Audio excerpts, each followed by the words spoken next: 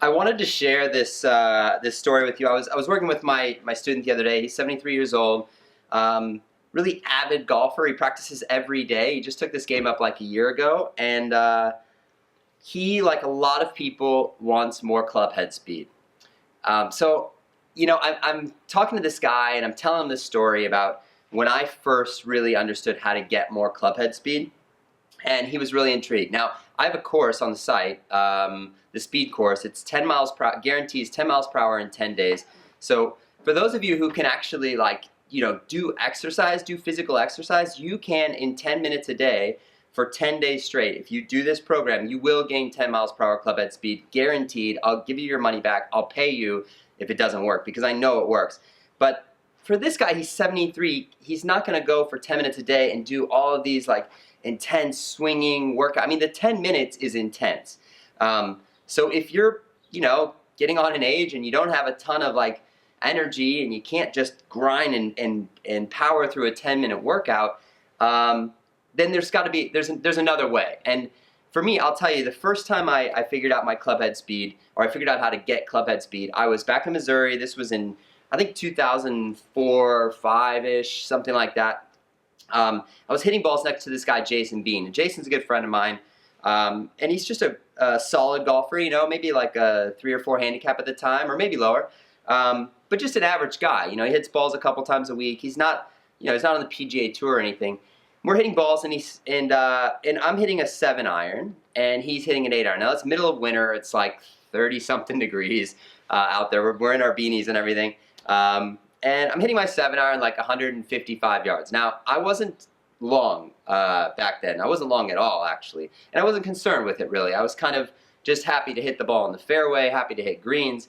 And I really didn't care that I didn't hit the ball long. But I'm hitting balls next to Jason, and Jason's a former hockey player. And he is just annihilating these 8-irons. And they're going like 175. So middle of winter, he's hitting his 8-iron 20 yards farther than I'm hitting my 7-iron.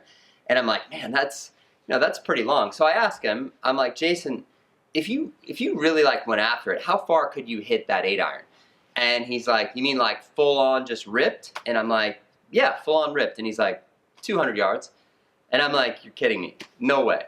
So it's 35 degrees outside. It's cold. I can't even imagine an 8-iron going. At that time in my life, I couldn't even imagine an 8-iron going 200 yards. So he hits one, and he rips it. And it goes like 185 or maybe 190. And I'm like, wow, okay, you proved it. That's crazy long. And he's like, no, I didn't catch all that one. So he hits a couple more, and he starts flying it to like 190, 195. And these balls are landing like right in front of the 200-yard marker. Again, middle of winter in Missouri. And I decided right there, I was like, I'm not going to play golf without club head speed. There's no reason why this guy next to me, we're the same age, same height, basically the same build. He's got a little more muscle than me, but why does this guy? How can this guy hit it so far and I can't hit my 7-iron past 155? So I looked up a bunch of stuff. I read a bunch of stuff. This was kind of pre-YouTube, so I didn't have a lot of sources out there or resources to go to, and I just thought to myself, you know what? To swing fast, maybe it's possible for me to just practice swinging fast. So all I did, well, 2 parts. One, I thought if I used a heavy club, I would get more club head speed. I thought I'd build muscle and hit it farther. That is completely false. The heavier the club is, the more slowly you swing because it's heavy, and so you're actually training yourself to swing slower by swinging a heavier club. Also, I injured myself. So in the first week, I was swinging this weighted club. It's like a yellow, can't remember what it's called, but it's got like a formed grip on it. And I'm swinging this weighted club, and I hurt this muscle in my back on my right side, and so I couldn't swing for like 4 or 5 days.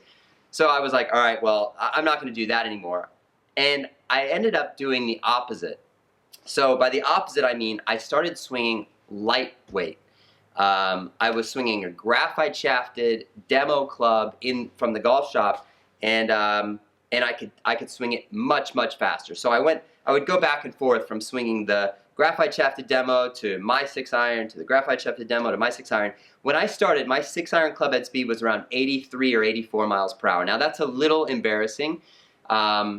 granted, I wasn't trying to hit it far. I thought consistency, solid contact, these are the most important things.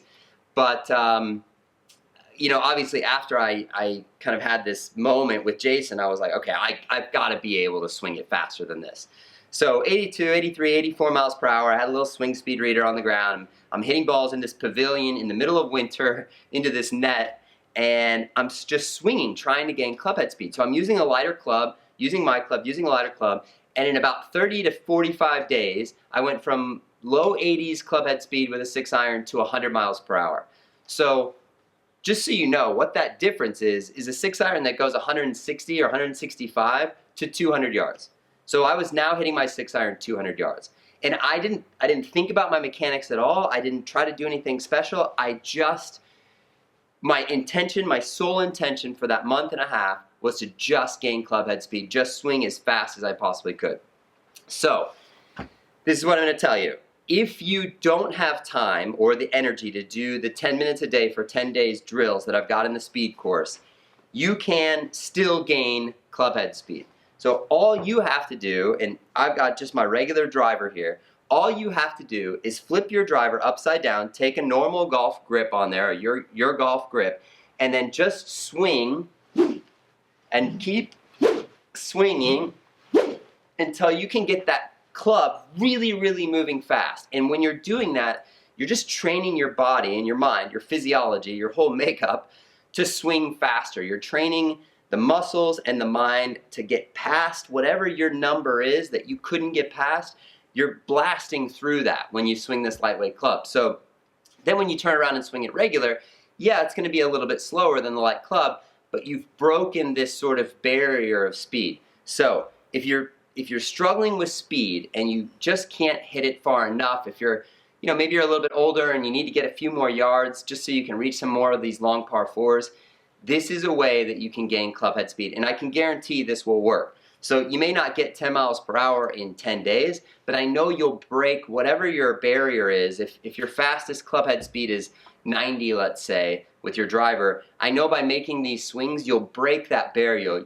You'll get it up to 93 or 94 or 95, and that's a big deal. 5 miles per hour is up to 15 yards difference, so we'd all love to hit it 15 yards farther.